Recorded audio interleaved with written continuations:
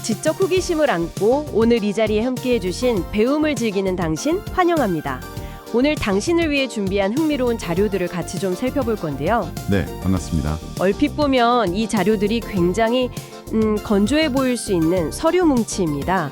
미국 모기지 대출 담당자, 즉 MLR모 시험 대비 핵심 요약본이거든요. 그렇죠. 보통 규제나 행정권한 이런 단어들 들으면 약간 골치 아픈 법률 용어부터 떠오르시잖아요. 맞아요. 완전 딱딱하죠.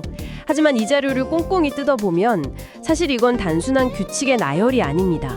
천문학적인 돈이 오가는 이 모기지 시장이라는 거대한 체스판 위에서 누가 진짜 권력을 쥐고 있고 또 규칙을 어긴 플레이어를 어떻게 찾아내서 보드 밖으로 쫓아내는지 보여주는 아주 정교한 권력의 설계도에 가깝더라고요. 네, 아주 정확한 비유네요.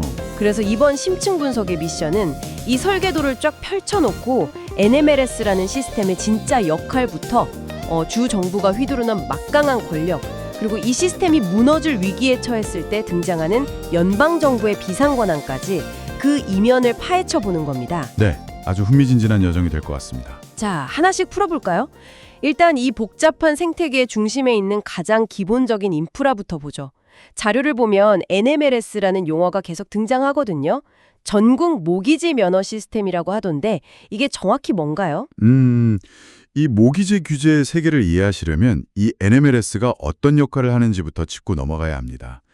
NMLS는 CSBS, 즉 주은행감독관협의회랑 AARMR, 미국 주택모기지 규제기관 협회가 공동으로 구축한 플랫폼이에요. 아, 그 두 기관 이름 시험에 단골로 나오는 설립 주체죠. 맞습니다. 규제 역사에서 정말 자주 언급되죠. 근데 이 NMLS를 단순히 면허증 신청하고 갱신하는 웹사이트 정도로 생각하시면 오산입니다. 그럼 단순한 웹사이트가 아니면 뭐랄까 더 큰 개념인가요? 네. 오히려 미국 전역의 모기지 전문가들의 모든 정보가 실시간으로 기록되고 추적되는 거대한 중앙 저장소 혹은 중앙 신경망이라고 보시는 게 정확해요. 아, 각 주 정부 기관들이 정보를 투명하게 공유하는 허브 같은 거군요. 맞아요. 누가 어디서 무슨 활동을 하는지 다 감시하는 거죠. 그렇다면 이 거대한 신경망을 바탕으로 실제로 칼을 쥐고 휘두르는 건 누군가요? 자료를 읽어보니까 세이프 액트라는 법이 나오면서 각 주 정부에 엄청난 권한을 주고 있던데요. 네. 여기서 세이프 액트가 등장하죠. 이게 모든 규제 권한의 근간이 되는 아주 중요한 법입니다. 주정부는 이 법에 따라서 자기 지역의 모기지 산업을 아주 강력하게 통제할 수 있는 시스템을 의무적으로 구축해야 하거든요. 보통 주 정부 기관이라고 하면 우리가 운전면허 갱신하러 가는 행정 창고 같은 느낌이잖아요. 그렇죠. 보통 서류 접수하고 도장 찍어주는 곳으로 생각하죠. 하지만 세이프 액트가 부여한 권한은 그 차원을 완전히 넘어섭니다. 비즈니스 규칙을 제정하는 건 기본이고요. 언제든 면허 발급을 거부하거나 정지시킬 수 있고 나아가 범죄 수사에 준하는 강제 조사권까지 행사합니다. 와, 행정기관이면서 경찰이나 사법기관 역할까지 하는 거네요. 맞습니다. 사실상 강력한 사법적 권한을 가진 거죠. 여기서 정말 매력적인 부분이 뭔지 아시나요? 어떤 건가요? 이 주정부의 처벌 권한이 합법적으로 면허를 딴 사람한테만 미치는 게 아니라는 겁니다. 면허 없이 은밀하게 일하면서 사람들을 속이는 무면허자들에게도 막대한 벌금이나 처분을 내릴 수 있어요. 아, 그 부분 저도 자료에서 봤어요. 이게 생각해보니까 약간 스포츠 경기 같더라고요. 강신이 축구 경기를 보는데 명단에 없는 관중이 경기장에 난입해서 막 공을 차는 거예요. 네네. 보통은 경호원이 끌어내고 끝이잖아요. 근데 이 규제의 세계에서는 심판이 그 난입한 관중한테 직접 레드카드를 꺼내고 공식 선수랑 똑같이 벌금을 물리는 거랑 같잖아요. 공식 선수로 등록하지 않았다고 해서 심판 권한을 무시할 수 없는 거니까요. 아주 찰떡 같은 비유입니다. 무면허자 처벌은 모기지 시장의 신뢰를 지키는 최후의 보루거든요. 만약 이들을 처벌 못하면 다들 면허 안 따고 음지에서 일하겠죠. 그렇겠네요. 그래서 이런 감시망을 가동하려고 주 감독 당국은 5가지 필수 법적 메커니즘을 꼭 갖춰야 합니다. 회계장부 조사 프로세스, 관련자 출석 요구, 선서 및 증언 능력, 면허 행정 처분, 그리고 방금 말한 처벌 부과 능력까지요. 아, 그 5가지 톱니바퀴가 맞물려야 통제가 되는 거군요. 그럼 그 권한들이 구체적으로 어떻게 쓰이는지 주정부의 6가지 강력한 무기를 하나씩 꺼내서 뜯어보죠. 네, 첫 번째 조치는 바로 조사, examine 권한입니다. 언제든 MLO의 장부나 데이터를 샅샅이 열람할 수 있는 권한이죠. 두 번째는 소환, 서먼이더라고요. 출석이나 서류 제출을 강제하는 거잖아요. 맞습니다. 여기서 팁을 드리자면 자료에서 서피나 즉 소환장하고 서먼이 섞여서 나오거든요. 사실상 수사를 위해 강제로 부르는 거니까 같은 목적으로 쓰인다고 보시면 됩니다. 당국이 언제까지 출석하세요 하면 무조건 가야 하는 거군요. 변명의 여지가 없죠. 그리고 세 번째 조치가 바로 선서 집행, administer oaths입니다. 이거 진짜 법정처럼 증언의 법적 무게를 싣는 권한이잖아요. 네, 선서를 하는 순간부터 거짓말을 하면 위중죄로 형사처벌까지 넘어갈 수 있거든요. 진실을 끌어내는 아주 효과적인 압박 장치죠. 확실히 경찰이나 수사기관의 느낌이 강하네요. 근데 저는 여기서부터가 정말 흥미로웠습니다. 네 번째 조치, 중지 명령이요. Cease and Desist Order. 이건 달리는 기차의 브레이크를 확 밟아버리는 느낌이던데요. 맞아요.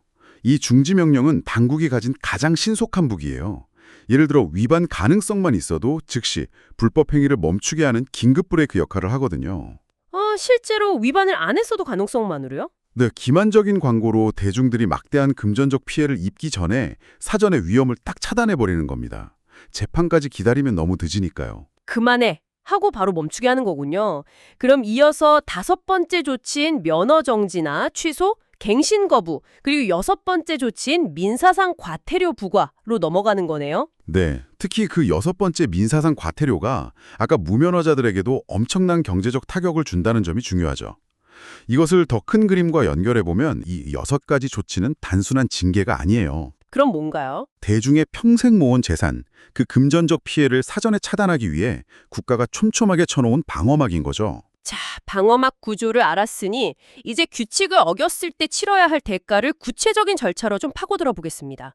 행정절차법에 따라 주 커미셔너가 면허 취소나 피해자에 대한 금전적 배상 명령을 내릴 수 있잖아요. 네, 위반 행위로 피해본 사람에게 직접 돈을 물어주게 하는 거죠. 근데 징계 요인 중에 정보 은폐랑 중요한 허위 진술, material misstatement 라는 단어가 유독 눈에 띄더라고요. 이게 그냥 날짜를 잘못 적거나 오타낸 수준을 말하는 건 아니죠? 절대 아닙니다.